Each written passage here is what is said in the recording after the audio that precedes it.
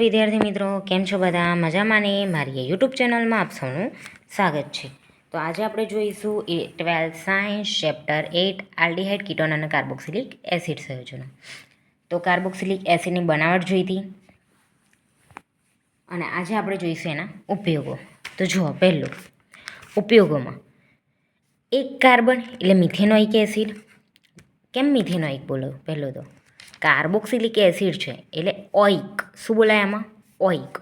Methane વત્તા ઓઇક એટલે methanoic acid. Ethane વત્તા ઓઇક એસિડ એટલે ઇથેનોઇક એસિડ। હેક્ઝેન વત્તા ઓઇક એસિડ એટલે હેક્ઝેન ડાયોઇક એસિડ। શું બોલાય? હેક્ઝેન ડાયોઇક, આવી રીતના છે। હેક્ઝેન ડાયોઇક એસિડ, બરાબર। હવે મિથેન એટલે એક કાર્બનવાળું। હવે એક કાર્બનની વાત કરીએ, આનો ઉપયોગ આકાના છે કાર્બોક્સિલિક એસિડનો ઉપયોગ। મિથેનોઇક એસિડ એટલે કે એક કાર્બનવાળું, એનો ઉપયોગ કઈ થાય?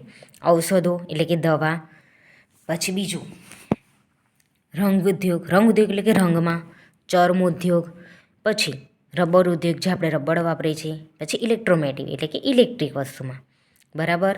એક કાર્બનવાળાનો આટલામાં ઉપયોગ થાય।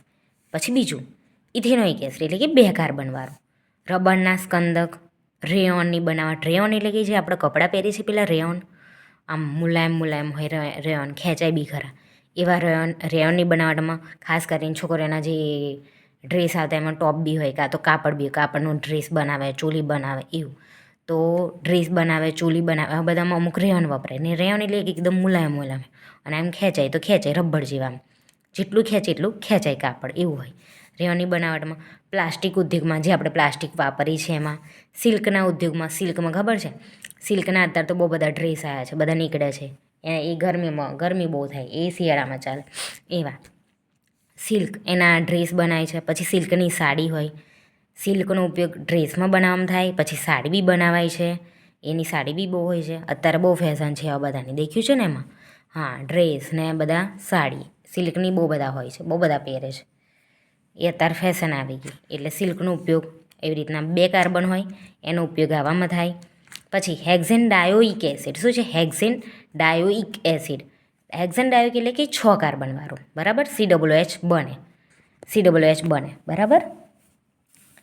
COOH બંને સાઈડ બને એવા હેક્ઝેન ડાયોઇક એસિડ, ડાયોઇક એસિડ એટલે કે બંને બાજુ COOH બને બેન્ઝીન પર 6 કાર્બનવાળા।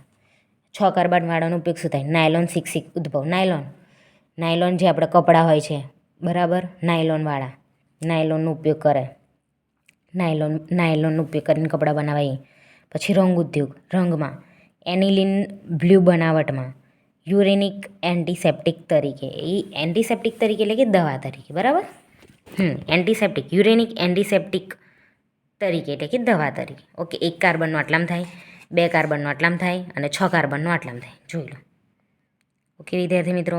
જો મારો વિડીયો ગમ્યો હોય તો લાઈક, શેર અને સબસ્ક્રાઈબ કરજો। મળી નેક્સ્ટ વિડીયોમાં, બાય બાય। અને નોટ ડાઉન કરો એ તો કરી લેજો।